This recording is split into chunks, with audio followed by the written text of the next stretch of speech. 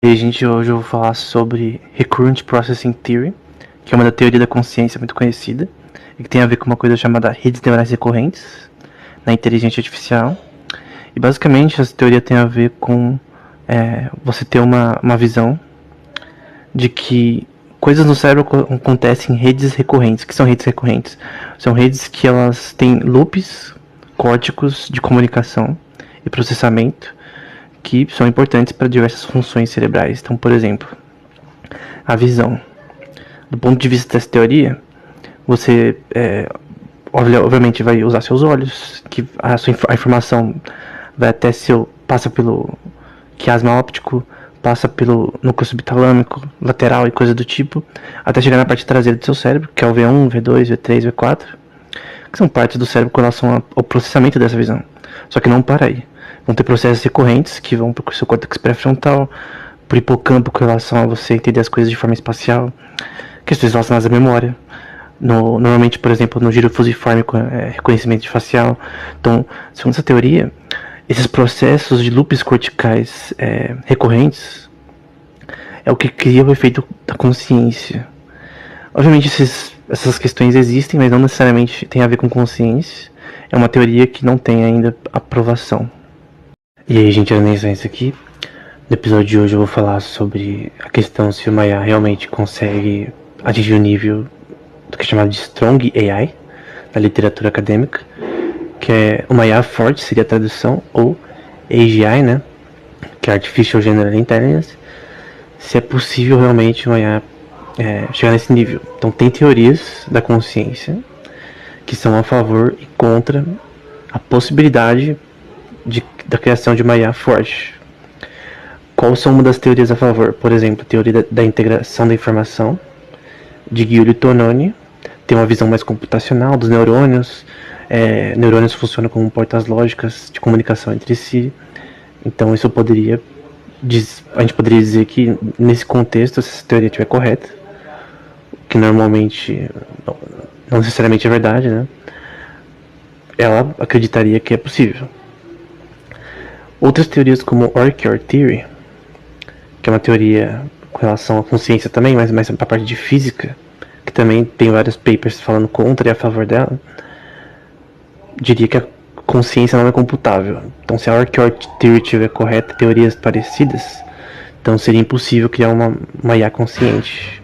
Então, no geral, existem mais de duas teorias, mas no geral é isso. E aí, gente, era nem isso aqui. Hoje eu vou falar sobre a questão do prêmio Nobel desse ano de física, que foi dada pro Hopfield e pro Hinton com relação à pesquisa deles em redes neurais, anos atrás. E normalmente você pode pensar, por que algo na inteligência artificial, na ciência da computação, foi dado um prêmio em física?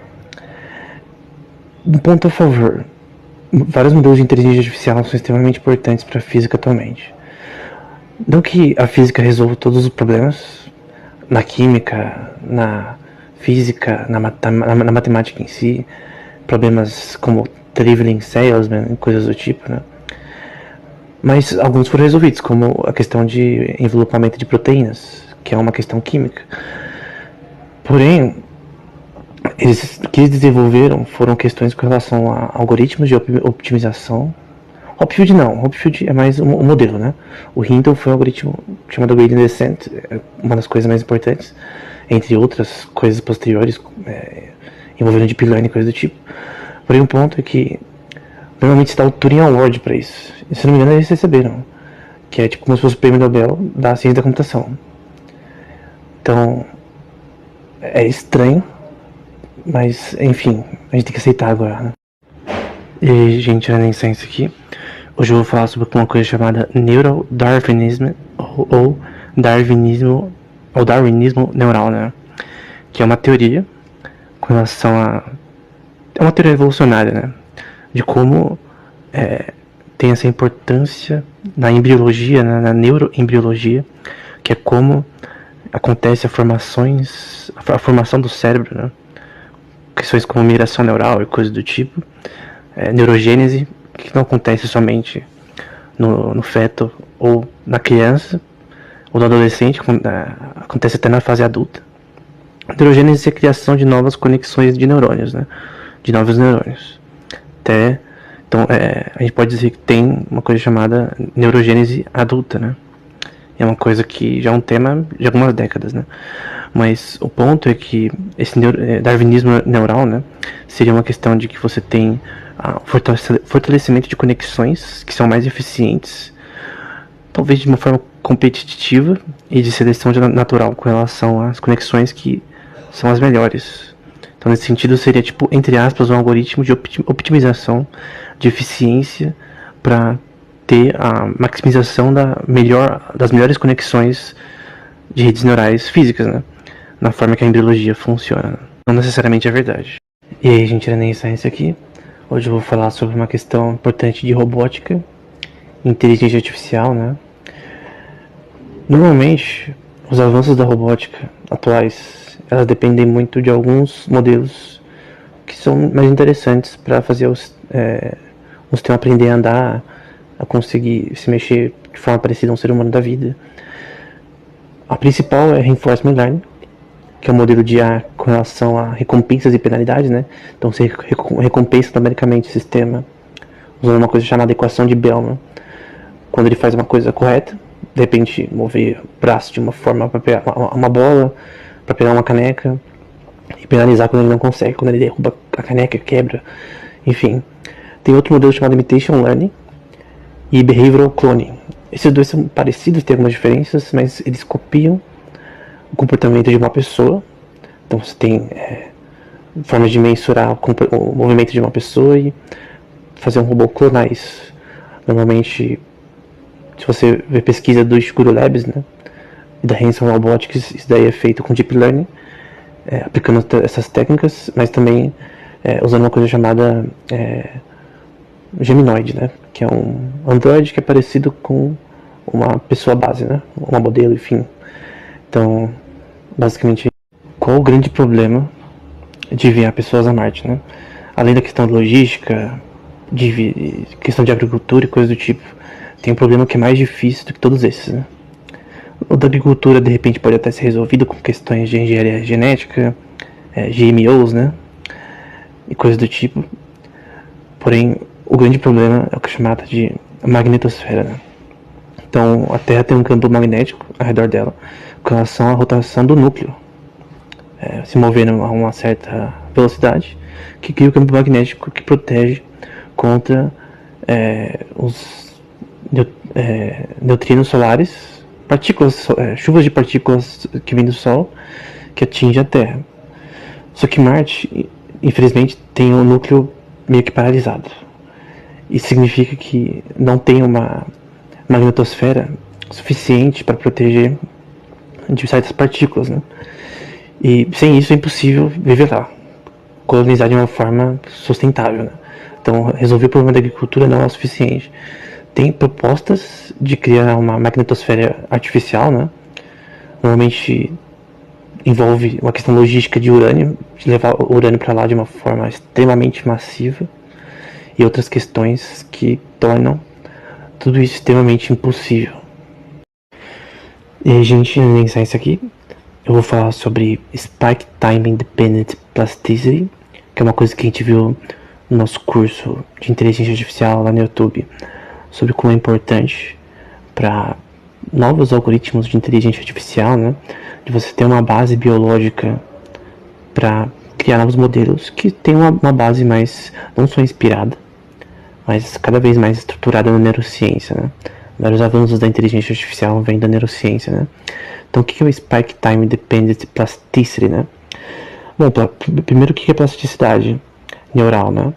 É uma coisa com relação à forma que as conexões continuamente se formam no cérebro, né? Entre neurônios, em redes de neurônios, né? Associada à teoria dos grafos, com relação a como eles mudam para que o aprendizado ocorra, embora como isso é feito não é tão sabido assim. E o Spike são conjuntos de atividade neural, que tem um algoritmo para isso, para juntar toda essa atividade neural e convergir num pico que pode ser associado a movimentos, a atividade neural, qual que for, né?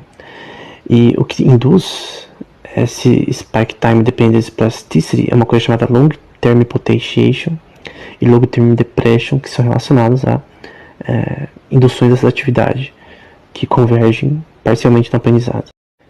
E aí, gente, na licença aqui, vou falar um pouco mais sobre robótica, especialmente sobre um artigo de 1984 do Yoshiaki Yamamura com relação a formas de você criar sistemas robóticos que tenham uma questão de sensitividade corporal parecida do ser humano, né? Então você estuda como funciona a derme, como funcionam os nervos e toda a questão tridimensional do corpo humano.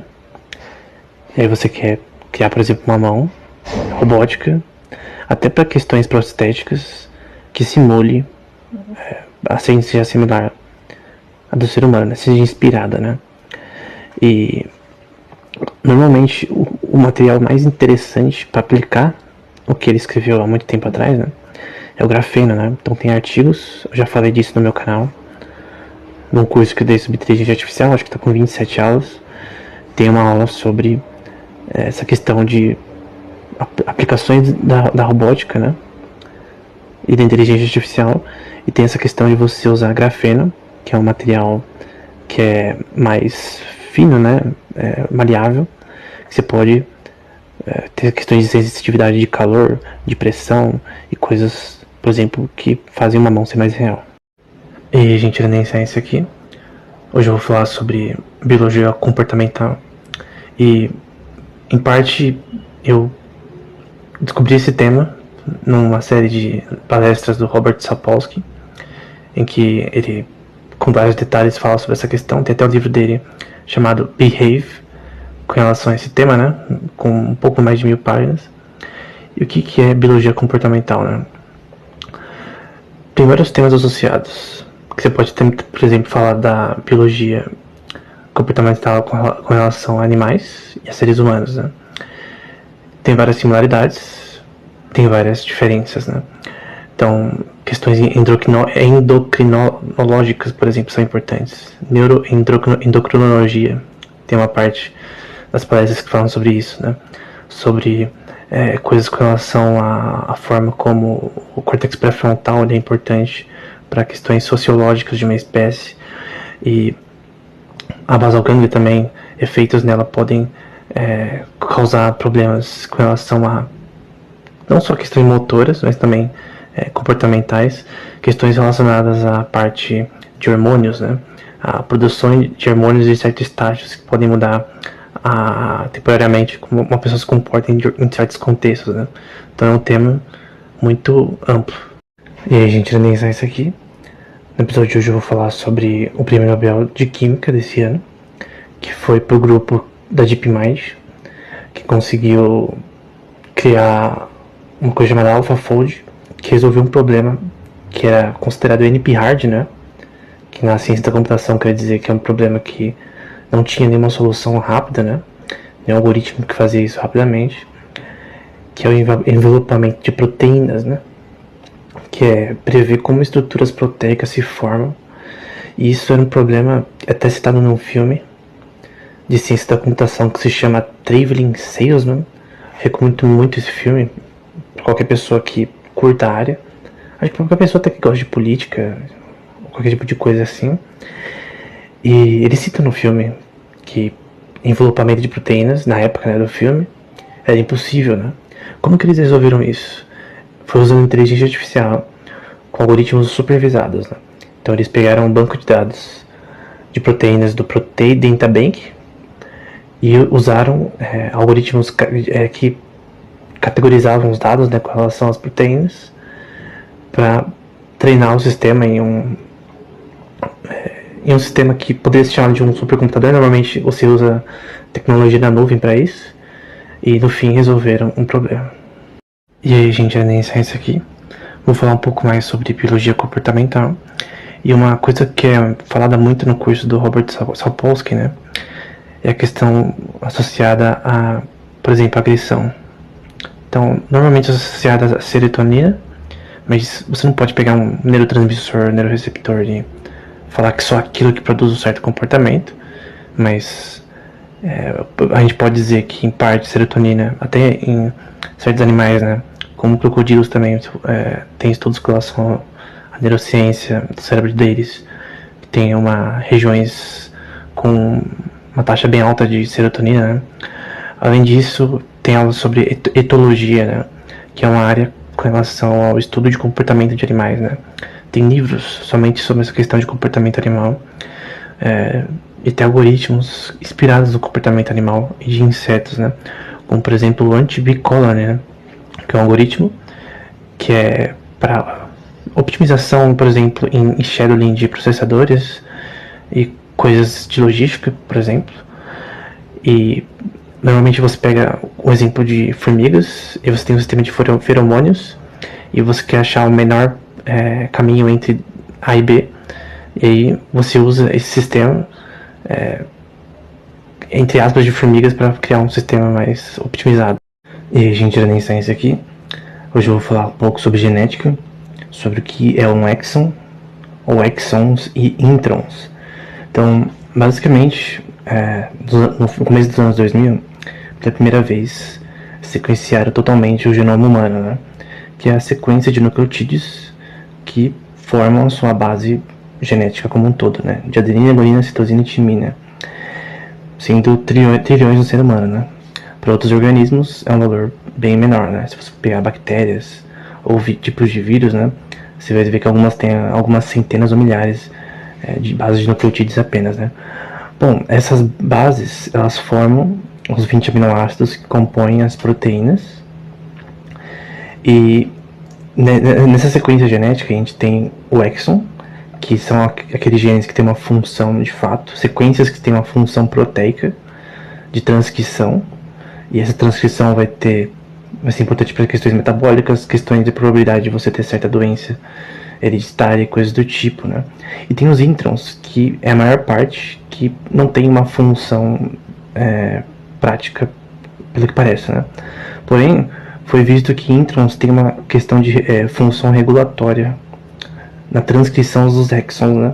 Então, mesmo esses genes que estão, entre aspas, desligados, eles na verdade têm uma função ativa de regulação.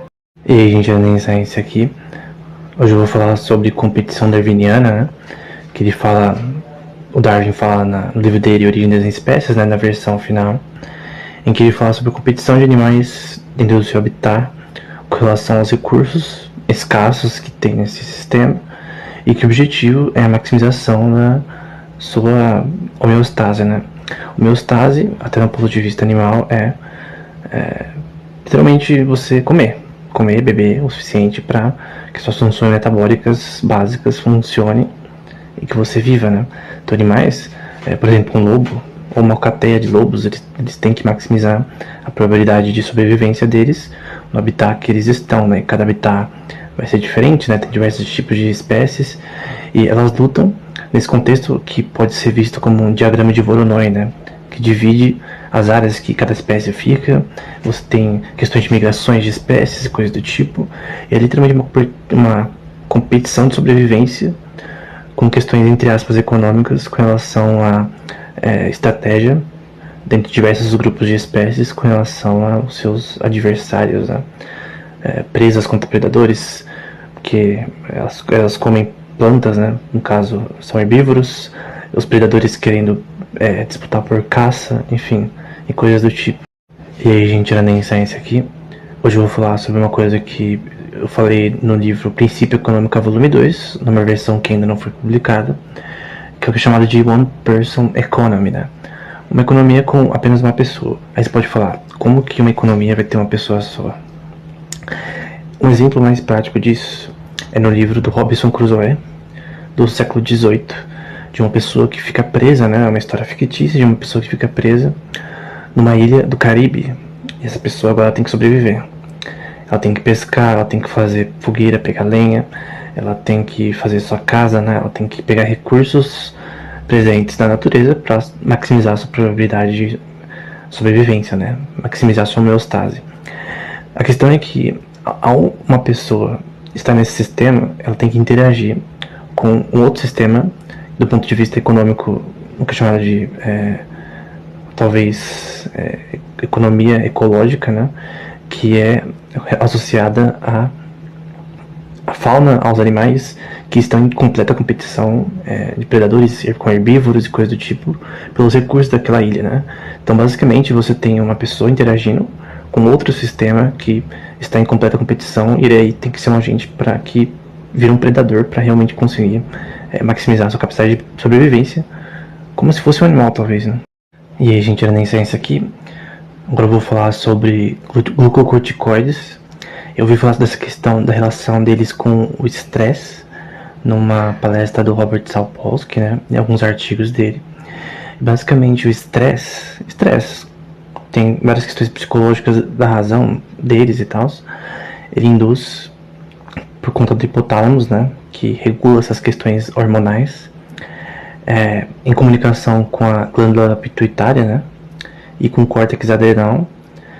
Essa questão da reação quando uma pessoa está em estresse. Pode ser contínuo, pode ser repentino, enfim, tem várias questões ligadas, né, fenomenológicas.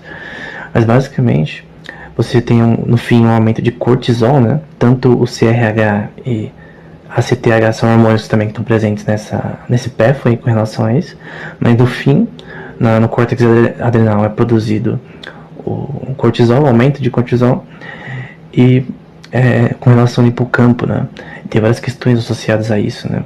Questões associadas a como o estresse muda questões neuroendocrinológicas, né? Que em alguns casos já foi citado, mas talvez não tantas evidências, até de atrofia hipocampal, né? Atrofia de hipocampos com relação a isso por causa de estresse. Então, até vasoconstrição. E aí, gente, era nem ciência aqui. Hoje eu vou falar sobre o sistema límbico, que é extremamente importante aí para questões relacionadas ao nosso comportamento. E o que constitui ele, né, no cérebro? É o córtex pré-frontal, a basal ganglia, o hipocampo, hipotálamos, glândula pineal, cerebelo, entre outras partes, né? Bom, o córtex pré-frontal é um dos mais importantes, porque ele que vai regular toda essa questão de comportamento, que é extremamente importante aí para raciocínio lógico, tomate de decisão do ponto de vista estrutural, né? E com várias relações com a basal ganglia, né, de projeção e regulação de recompensas dopaminérgicas, né? A basal ganglia é extremamente importante entre várias áreas para movimentos voluntários, o hipotálamo para regulações com relação à produção de hormônios e regulação da temperatura. E essas questões hormonais vão também ter impacto do seu comportamento, tanto de curto e de longo prazo. Tem questões também da glândula pineal, que controla questões de padrões de sono, né, ciclos circadianos, até plantas têm isso, né, e até insetos. E é todo um sistema que é extremamente influente na forma como o ser humano se comporta de ponto de vista neurológico, né. E aí, gente, a nem ciência aqui. Hoje eu vou falar sobre o que é chamado de phylogenetic complexity, ou complexidade filogenética. Primeiro, o que é filogenia, né? É basicamente o estudo com relação às árvores filogenéticas, árvores de semelhanças, né, e de variabilidade entre seres vivos, né? Seja do ponto de vista morfológico, estrutural, mas também do ponto de vista genético mesmo. Do ponto de vista quais são os grupos de espécies mais próximas umas das outras, né? Então, relação de árvores filogenéticas entre mamíferos, né? Então, o ser humano de certos tipos de ratos com relação a primatas, ou depois a gente vai ver para tipos de répteis com relação com aves e até seres que já foram extintos, né? Então, árvore filogenética de dinossauros com relação a aves, estruturas que provam que eles sejam anatomicamente ou geneticamente parecidos, né? Então, esse tipo de coisa tem uma questão de complexidade computacional, né? Então, a sequência de nucleotídeos de seres vivos tem que ser processada por um computador. E quanto mais lento. Então, é necessário encontrar cada vez melhores algoritmos para entender a semelhança de seres vivos, comparando eles computacionalmente entre si. E, gente, era nem ciência aqui. Hoje eu vou falar uma coisa que no livro do Darwin, né, A Origem das Espécies, ele cita, e que é uma verdade, que é homologia entre seres vivos, que basicamente é semelhanças entre seres vivos em várias questões morfológicas ou genéticas e biológicas, né? E um exemplo é o húmerus, né? Que é um tipo de osso que nós temos, né? O ser humano, mas que também é compartilhado por gatos, cachorros, baleias, aves. Então esse tipo de osso, né, em suas várias variações, é uma questão morfológica óssea homóloga entre certos seres vivos, grupos de seres vivos. Em insetos você vai ver questões homólogas, questões embrionárias, né? Você vai ver, por exemplo, o embrião de aves, de tartarugas, tipos de répteis e vários tipos de animais. No começo você vê uma semelhança morfológica, né? Obviamente depois fica totalmente diferente. E até questões de expressão genética que criam essas diferenças morfológicas na prática, né? Na reprodução. Mas a questão é que existem sim, na forma que Deus criou os animais, né?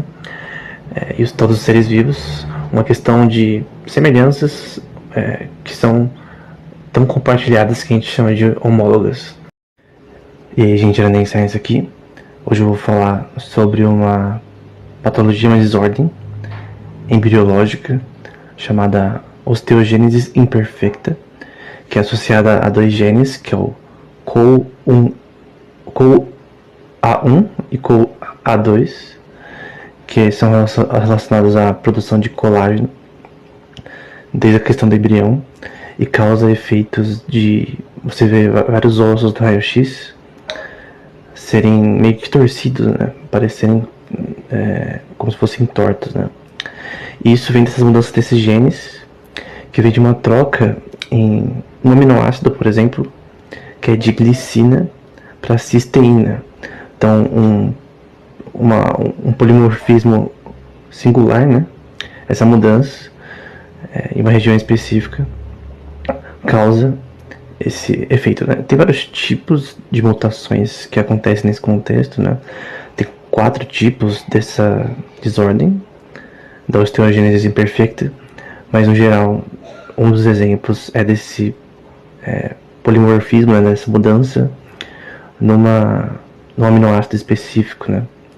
Então, interessante que uma mudança tão simples causa problemas que podem ser vistos com 20 semanas aí de gestação. Agora eu vou falar sobre alguns aspectos da interpretação de Copenhague na física quântica. Obviamente ela está associada à questão de você mensurar o sistema e que o mensuramento afeta o sistema. Essa interpretação que deixa as pessoas de cabelo em pé, né? Tipo, como assim que você mensurar no laboratório um estado quântico muda ele? Então tem duas partículas EPR entrelaçadas quanticamente, você mede uma, o spin tá para cima, a outra tá para baixo, a B, né? E você tem essa questão ortogonal dessa questão. Como que isso acontece, né? É o mensuramento que realmente faz isso acontecer, né? Porém, se você vê as visões tanto de Niels Bohr quanto de Heisenberg, mesmo naquela época, eles nunca disseram que o ser humano em si, medindo que colapsava a função de onda na regra de Bohr, né, da vida, de probabilisticamente como isso acontece, essa onda colapsando, né, que não era o ser humano medir em si, mas era a medição, ou seja, na visão deles não tinha nada a ver com consciência, era uma coisa mais objetiva, analítica, do que algo subjetivo, né, que alguns inferem com filosofia. E aí, gente, era nem isso aqui, eu vou falar sobre o princípio da complementariedade que o Niels Bohr fala no livro Atoms and Knowledge, que eu até fiz uma resenha no Instagram um tempo atrás. O que é essa complementariedade? Tem a ver com o princípio da incerteza de Heisenberg, que diz que a gente não consegue saber a posição e o momento de uma partícula ao mesmo tempo. E tem a ver com a questão da relação entre esses dois, da posição e momento da partícula, né? Momento sendo massa vezes velocidade dela. Então, basicamente, esses dois completam um ao outro. Embora você não consiga medir os dois simultaneamente, os dois se completam.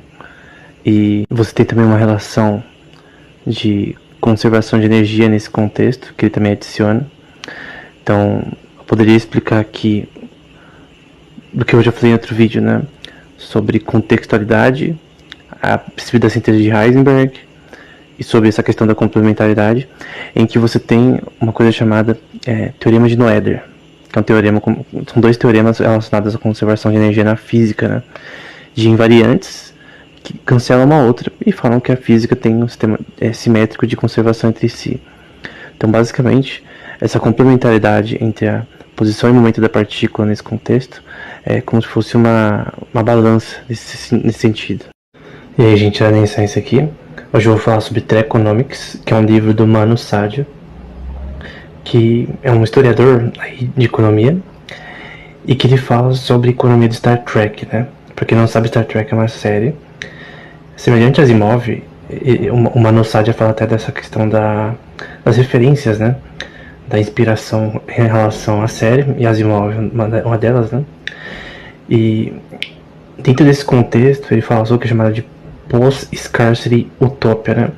Ou utopia pós-escassez. O que é uma utopia pós-escassez? Nessa série, eles têm um sistema que é chamado de replicador. Entre outras coisas, que conseguem fazer uma abundância de alimentos, de commodities, ao ponto de que ninguém passa fome, né? Ninguém passa nada, porque literalmente tem tudo em abundância, né? E essa abundância, ela é tão grande que até o dinheiro decide existir. Tem até num filme do Star Trek, que é aquele careca, o Picard, que também faz X-Men, ele fala que o dinheiro virou uma ilusão, né?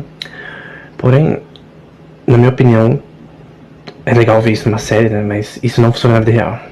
Então, todo o sistema do Treconomics da vida, em vários aspectos, tipo, não tem lucro, né? Não tem, essas coisas não existem ali. É um absurdo. E aí, gente, era nem isso aqui. Hoje eu vou falar sobre o que é o paradoxo de Russell, que é uma contradição dentro da lógica matemática, e que é o princípio do que foi chamado da teoria da incompletude de Gödel, que disse que tem coisas que a matemática não pode fazer, no sentido que ela é contraditória, né? Que os axiomas da matemática, na lógica proposicional, contêm contradições, né? Eles são sistemas inconsistentes. Então, o paradoxo de Russell, ele basicamente diz que dentro de um set, que é como se fosse uma caixa que contém objetos matemáticos, como por exemplo um set de todos os números irracionais, ou um set contendo uma série de frações, ou um set contendo apenas uma série de derivadas. A questão é que dentro desse set a gente tem o que é chamado de classes, que são classes com vários sets. Então tem uma classe que tem várias caixas, que essas caixas têm objetos matemáticos específicos, que posteriormente vão ser chamados de grupos, né? Na teoria dos grupos. Grupos simétricos, grupos não simétricos, grupos não abelianos, né? Que as coisas não comutam, que é um tema para outro episódio. Mas a questão é que dentro de um set pode ter membros do set que ele pode ser membro de si mesmo e não ser membro ao mesmo tempo. Essa contradição é uma das bases aí do teorema da completude de Gödel. E aí, gente, era nem isso aqui. Hoje eu vou falar sobre o que é filosofia da matemática. Um tema que é falado no livro do Bertrand Russell, chamado Philosophy of Mathematics, e o do Bertrand Russell e do Whitehead, que é o princípio da matemática. Não confunde com aquele do Newton, é diferente. E basicamente, o propósito é tentar dar meio que os fundamentos com relação às proposições da matemática, mais relacionado à teoria dos sets e coisas do tipo, né? Os fundamentos da aritmética, né? Como é visto, por exemplo, no que a matemática pode ou não fazer no teorema da incompletude de Gödel, ou na contradição chamada de paradoxo de Russell, né? Ou mesmo no 10º problema de Hilbert, né? Que é impossível computar um sistema, um algoritmo, que resolvam equações diofantinas de certo grau, que é o 10º problema de Hilbert, né? Que foi resolvido por Yuri Matsevich. E tem também muito a ver com metamatemática, né? De novo, o que a matemática pode não fazer. Mas também tem a ver com até cálculo também. Do que, por exemplo, qual que é a definição de cálculo infinitesimal, né? Ou se realmente essa é a forma de a gente formular o que são infinitudes no cálculo. Então são vários temas que realmente são amplos na matemática. E aí, gente, vai iniciar isso aqui. Vou continuar falando sobre Molecular Computing, agora especificamente com enzimas. Então é estranho, mas tem sim como se usar os enzimas para realizar algoritmos, né? Então, como que funciona? Você tem que criar um sistema que você pode gerar zeros e uns. Diferente do DNA Computing, que só tem os 4 aminoácidos base do DNA, que é a adenina, citosina, timina e guanina, nesse caso, você tem 20 aminoácidos que formam as proteínas, no caso. Aí você tem que criar o que é chamado de molecular switches, né? Tem um paper que eles usam uma coisa chamada Cat9 para representar zeros e uns, né? Adicionando ácidos para gerar esse sistema. Tem outro que usa, aqui vai ter uns nomes bem específicos, 4 enzimas para fazer as portas lógicas da ciência da computação. Então, por exemplo, acetilcolina estenase, choline oxidase, microperaxidase e glucose dehidrogenase.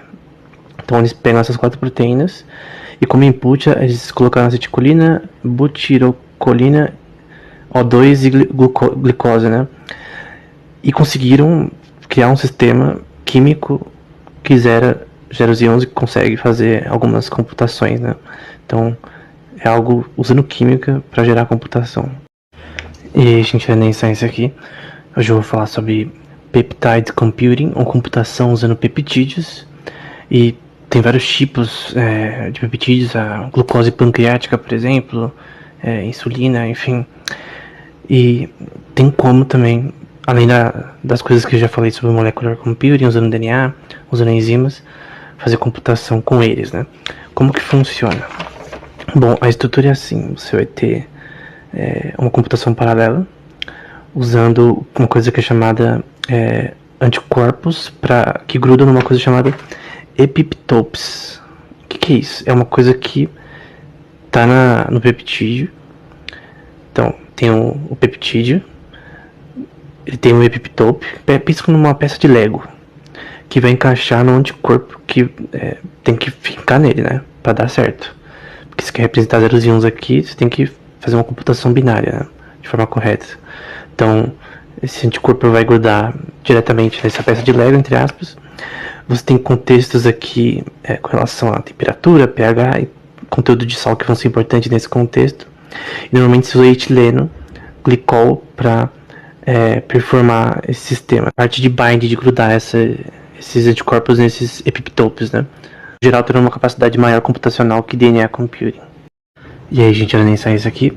Hoje eu vou falar sobre Molecular Computing, que tem um pouco a ver com DNA Computing, que é computação usando os 4 nucleotídeos do DNA, né? Adenina, citosina, guanina e timina. E como que funciona o do DNA, né? Tipo, a adenina vira 01, timina pode ser 11, e aí você consegue representar todos os bits, toda a comunicação com relação à binária de informação.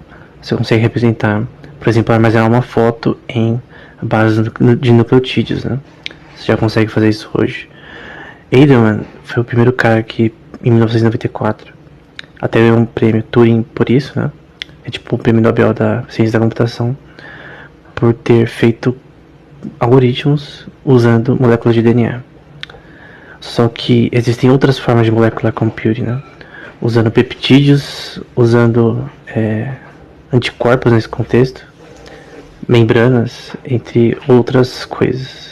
Existe também o que é chamado de robôs moleculares, que são feitos de compartimentos de lipídios ou vesículos de polímeros sintéticos e também motores moleculares para eles se moverem, e até redes artificiais extracelulares desses robôs, né? Então é um tema bem interessante. E aí a gente vai iniciar isso aqui. Hoje eu vou falar sobre o que é chamado de Membrane Computing, ou computação por membrana. Aí você pode pensar, usando a membrana da célula, como que é? E eu pensava que era assim, mas na verdade ela é mais abstrata, né? Não é que nem DNA Computing, Molecular Computing, que eu já falei em outros vídeos, que usa as partículas de verdade, né? Tipo, os aminoácidos que estão ali físicos, né? Nesse caso é uma forma abstrata de computação. E como funciona? Basicamente você tem uma inspiração na forma que a membrana da célula funciona. Então você tem 5 compartimentos, né? O cara chamado Pa-1 que criou essa teoria. Então, um deles é a, entre aspas, pele, que é como se fosse a camada externa desse sistema, o ambiente, objetos e regras, a membrana elementar, e tem membranas dentro de outras membranas, de forma hierárquica, né? Esse sistema ele pode fazer excitoses, endocitoses e fagocitoses de forma inspirada na célula. E tem vários tipos de exemplos que a gente pode dar com relação a isso, né? Como tem uns que parecem com a célula, com tecido, com redes neurais, enfim, uma de computação inspirada em elementos da biologia, né? E aí, gente, eu nem sei isso aqui. E hoje eu vou falar sobre Thermodynamical Computing, ou computação termodinâmica, né? Que troço é esse, né? Bom, as 3 leis da termodinâmica, a primeira é que você não consegue criar ou destruir matéria. A segunda é que você não tem um sistema isolado. Por exemplo, o próprio universo, por exemplo, que é um sistema aberto, no caso. Você tem que a entropia sempre cresce. Então, a entropia de um sistema tende a crescer normalmente, é uma generalização. E o terceiro é que perto do zero absoluto, esse sistema, a entropia começa a ficar no estado mínimo, né? A questão é, no computador termodinâmico, o seu objetivo é criar um sistema até similar à computação neuromórfica e inspirado também em questões biológicas, porque questões biológicas, da forma que Deus criou, tem essa questão de eficiência energética, até em questões de processamento de informação no cérebro. A gente tem uma eficiência de energia usada para fazer diversas coisas complexas, muito mais do que na computação clássica, talvez até mais do que na computação quântica. Então a questão é de aplicações inspiradas na biologia, talvez, de criar métodos de você reaproveitar a energia termodinâmica que normalmente é desperdiçada no limite de Landauer para gerar mais eficiência. E aí, gente, era nem só isso aqui. Hoje eu vou falar sobre Molecular Computing, que tem um pouco a ver com DNA Computing, que é computação usando os 4 nucleotídeos do DNA, né? Adenina, citosina, guanina e timina. E como que funciona o do DNA, né? Tipo, a adenina vira 01, timina pode ser 11, e aí você consegue representar todos os bits, toda a comunicação com relação à binária de informação. Você consegue representar, por exemplo, armazenar uma foto em base de nucleotídeos, né? Você já consegue fazer isso hoje. Edelman foi o primeiro cara que, em 1994, até ganhou um prêmio Turing por isso, né? É tipo o prêmio Nobel da ciência da computação, por ter feito algoritmos usando moléculas de DNA. Só que existem outras formas de molecular computing, né? Usando peptídeos, usando anticorpos nesse contexto, membranas, entre outras coisas. Existe também o que é chamado de robôs moleculares, que são feitos de compartimentos de lipídios ou vesículos de polímeros sintéticos, e também motores moleculares para eles se moverem, e até redes artificiais extracelulares desses robôs, né? Então é um tema bem interessante. Eu vi um paper recentemente que fala sobre a dissipação de energia numa célula para a sintetização de uma célula. E isso é importante para várias questões com relação a molecular computing, coisas desse tipo, né? Então, para você calcular isso daí, você tem que analisar questões relacionadas ao proteoma, genoma e biomoléculas celulares. Então você soma isso daí para você entender o quanto é necessário de energia para a sintetização de uma célula. Aí você tem que também fazer associações como a meiose, mitose, fagocitose. Qual que é a dissipação de energia necessária para isso, né? Porque normalmente a gente chama isso de limite de Landauer, que é o limite necessário para mínimo de dissipação de energia, por exemplo, num processador, para o seu processador funcionar. Não tem como fazer abaixo disso. Embora alguns sugerem, como Charles Bennett, né, que em computação reversível você consegue fazer uma computação mais eficiente abaixo do limite de Landauer.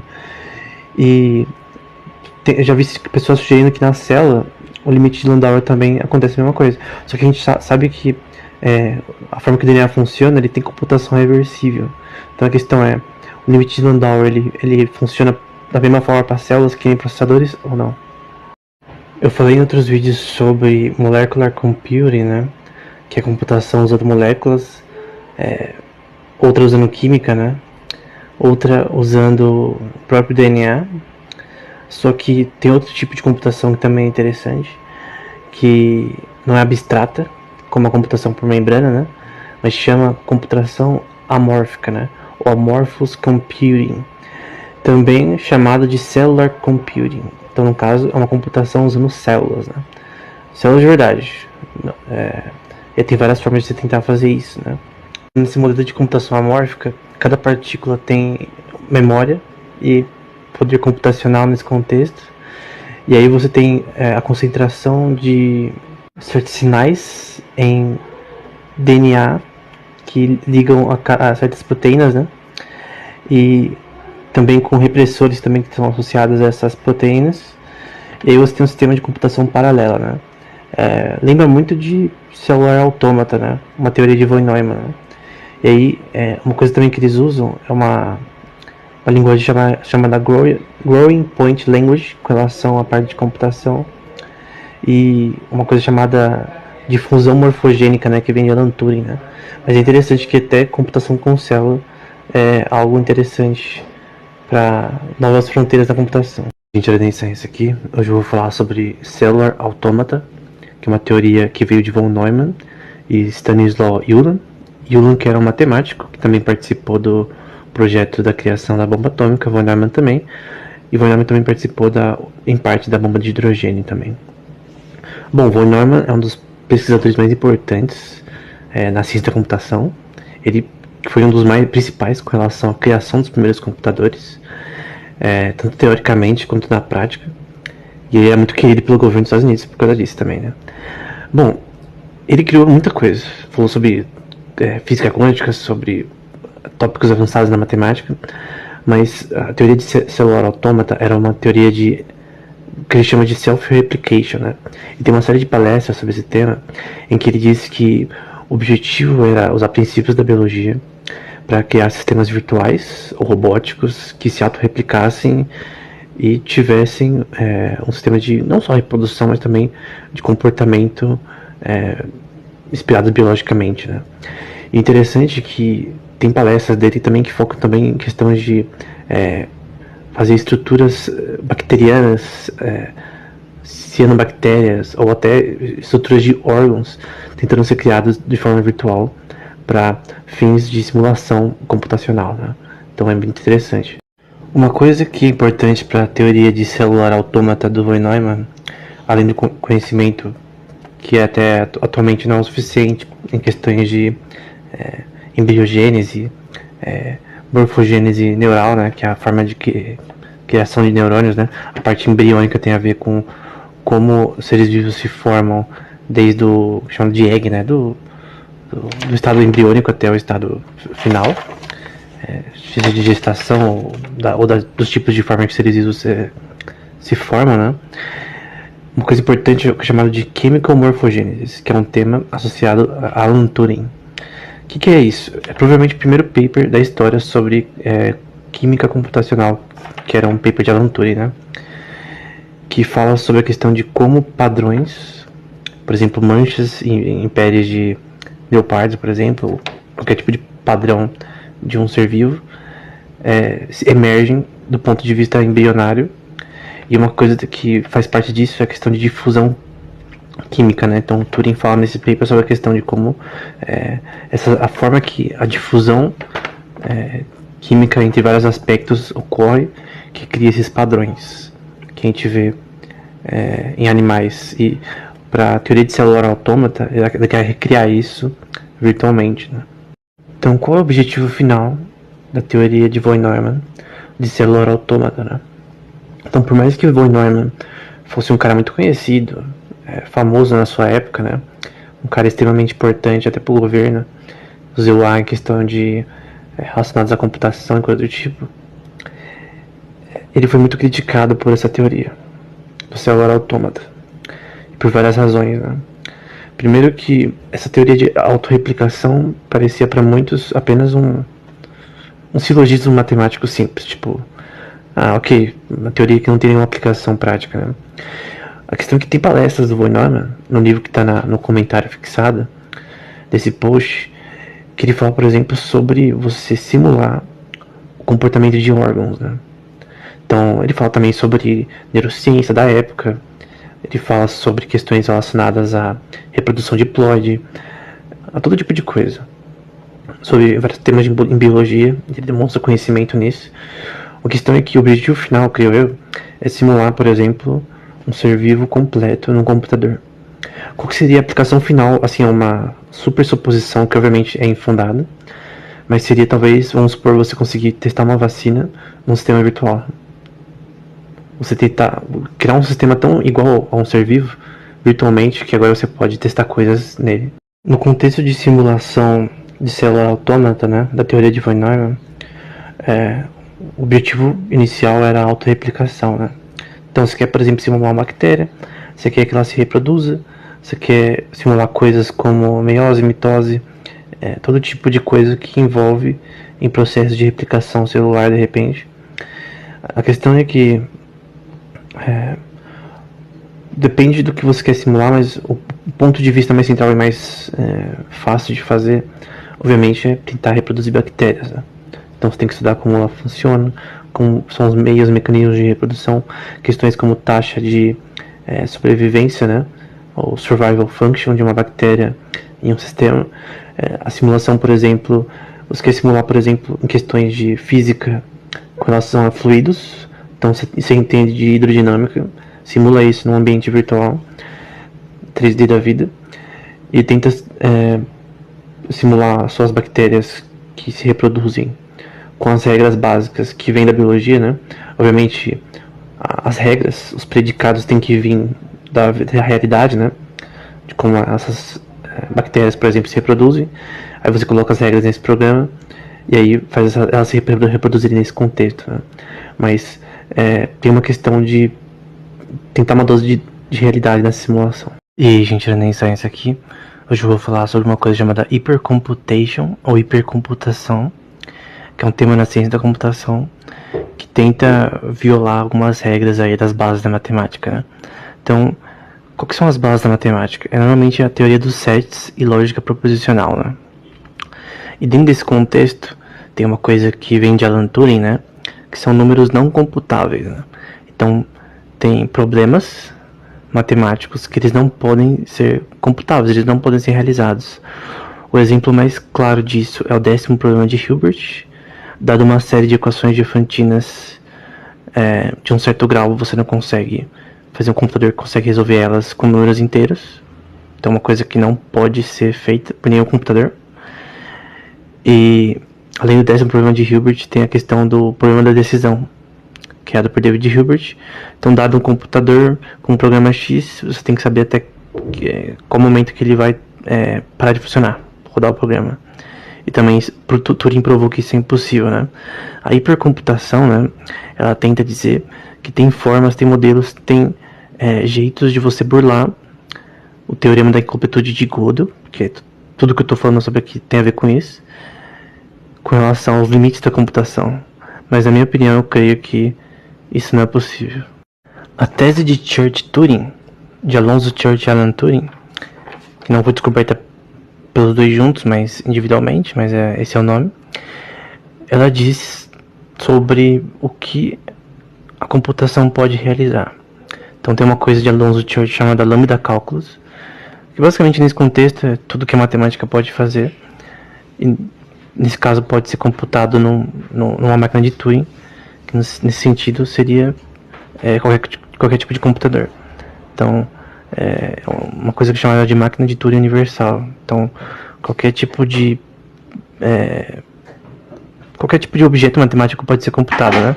Então, o teorema de Pitágoras, você pode computar reações químicas de fusão, enfim, modelos econômicos, tudo que é físico pode ser computado, né? Então, tem essa questão de que essa generalização de que tudo que é físico, Landauer disse que toda informação é física, né? pode ser computável, né? Só que tem coisas que fogem do que é computável. Ou seja, Turing provou que tem números que não são computáveis, seguindo aí o teorema da incompletude de Gödel. Então ele mostrou que dentro dos limites do que é possível fisicamente, tem coisas que não podem ser realizadas por um computador. O chamado Church-Turing Principle é uma extensão da Church-Turing Thesis, que eu já falei em outro vídeo, do David Deutsch, que é importante em várias áreas aí da física. E um dos pioneiros da computação quântica, né? De um paper dele chamado Quantum Turing Machines. E esse princípio, ele diz que qualquer tipo de sistema físico ele pode ser realizável por uma máquina de computação universal, como uma máquina de Turing universal. Então, qualquer computador clássico pode realizar qualquer tipo de computação que seja física, né? Então, simular química, simular biologia, simular qualquer evento no universo. Então, você consegue computar coisas com relação à simulação de mecânica celestial, de como corpos celestes se movem, buracos negros, qualquer coisa, quasars, você consegue simular se você souber como funciona matematicamente, né? Esse é um ponto. A questão é que a questão de hipercomputação, né, que eu falei em outro vídeo, é questão de que você tem um problema de violar as bases da física e da matemática, de que a hipercomputação tenta burlar tudo que foi feito em metamatemática e sistemas assim, do que pode ou não, quais são os limites da computação. Eu creio que esse princípio gera também limites do que pode ou não ser feito computacionalmente. E aí a gente vai iniciar isso aqui. Hoje eu vou falar o que é Semi-Computable Functions, ou funções semicomputáveis. O que é isso? Bom, vamos considerar um problema como o problema da decisão de David Hilbert. Então, dado um computador, uma máquina de Turing, eu quero saber quando ela vai crashar com um certo programa de input N. Eu sei, como foi provado pelo Alan Turing, que esse problema não tem solução, mas não é que não tem solução para todos os casos, né? Conforme o input cresce, né, conforme essa máquina ela continua rodando, eu não consigo calcular quando que ela vai crashar no futuro, conforme essa função aumenta, né? Esse input.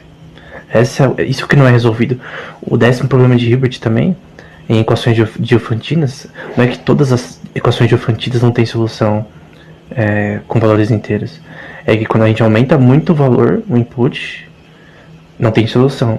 Então, uma função que é considerada semi-computable é que você tem uma upper bound, um limite, onde você pode continuar tendo solução, né? Então, mesmo para funções não computáveis, elas são não computáveis em certo grau extremo, como as equações diofantinas. Mas mesmo assim, tem uma upper bound tem um limite que ainda é computável. E aí a gente vai analisar isso aqui. Eu vou falar um pouco mais do limite de Bremerman, que coloca um limite no quanto de ciclos por segundo um processador, por menor que seja, tenha.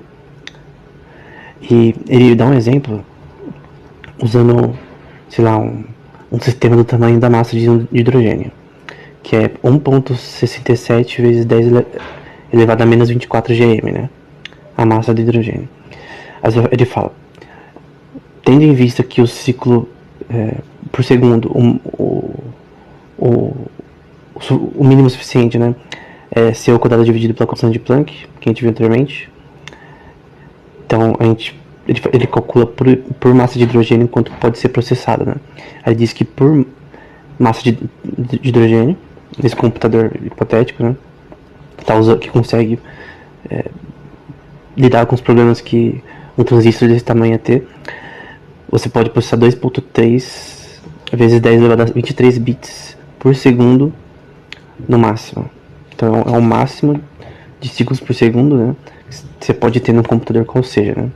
Então é uma questão que mesmo que você tenha as questões de termodinâmica e outros problemas resolvidos, você tem essa questão de que você tem uma hora que você não consegue ter ciclos por segundo a mais no seu processador. E a gente vai analisar isso aqui. Hoje eu vou falar sobre a complexidade de Kolmogorov e a sua relação com o teorema da incompletude de Gödel e outras questões associadas a ele, né? Bom, a versão mais básica da complexidade como Gorov, dado qualquer tipo de problema algorítmico, né? Sei lá, multiplicação de matrizes de uma certa ordem, ranking de matrizes, não importa. Você quer saber qual que é o menor programa, o programa mais óptimo, né? Que resolve aquele... e o menor programa. O menor programa e mais óptimo para resolver o problema. Então ele tem que resolver o problema de forma eficiente e rápida, e mesmo assim ele tem que ser pequeno. Normalmente usa o conceito de string, né? Só que tem um problema. Tem uma hora que você não consegue fazer o programa ficar menor infinitamente, né?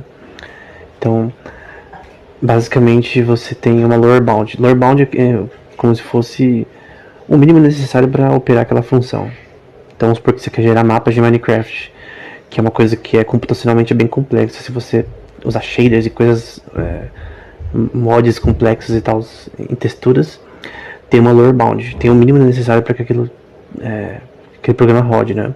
Então, na complexidade como Gorov, tem uma lower bound com relação a uma hora que você não consegue diminuir o tamanho do programa. No outro vídeo a gente viu essa questão do limite de Bremerman, que ele estabelece que se a gente tiver um transistor da vida do tamanho com a massa de um hidrogênio, né, que é 1.67 vezes 10 elevado a menos 24 gm, você poderia ter uns ciclos por segundo da sua CPU por hidrogênio, né, por massa de hidrogênio de 2.3 vezes 10 elevado a 23 bits, que é coisa pra caramba, mas é um limite do ponto que você pode ter de ciclos por segundo num processador desse tamanho, que já tem vários problemas. Ele fala algo hipotético que é interessante. Ele fala que a massa do próton é de 1.673 vezes 10 elevado a menos 27. E aí ele supõe que o número de prótons no universo é 10 elevado a 73, que é um número bem grande. E se você fizesse um computador do tamanho do universo que usasse eles, você teria 2.3 vezes 10 elevado a 96 bits por segundo, que é coisa pra caramba, ou 7 vezes 10 elevado a 103 bits por ano. Obviamente isso é impossível. O limite por átomo de hidrogênio de tamanho é 2.3 vezes 10 elevado a 23, mas ainda assim é hipoteticamente interessante. O contexto do limite de Bremerman que eu falei em outro vídeo, né, ele usa uma coisa chamada princípio de equivalência de massa-energia ou de energia-massa de Einstein, né? Aquele famoso energia é igual a mc ao quadrado, né? Embora no paper original do Einstein essa equação não tá lá, ela é feita de forma diferente, mas é a mesma merda, é a mesma coisa. Então, por que esse princípio é importante em teoria dele, né? Ele vai dizer, por exemplo, que vou ler aqui, né? A capacidade num canal, né, de transmissão de informação no contexto de ciência da computação é proporcional à energia nesse canal singular. E a capacidade máxima, né, ela é dada por mc ao quadrado dividido pela constante de Planck, que aí tem a ver com o seu próprio limite, né, limite de Bremerman, né? Ele vai dizer também que cada bit de transmissão requer ao menos o equivalente a o que é possível em qualquer tipo de forma de massa, né? Qualquer forma de computação que você pode fazer fisicamente, né? Essa questão, esse limite que é associado aos ciclos por segundos possíveis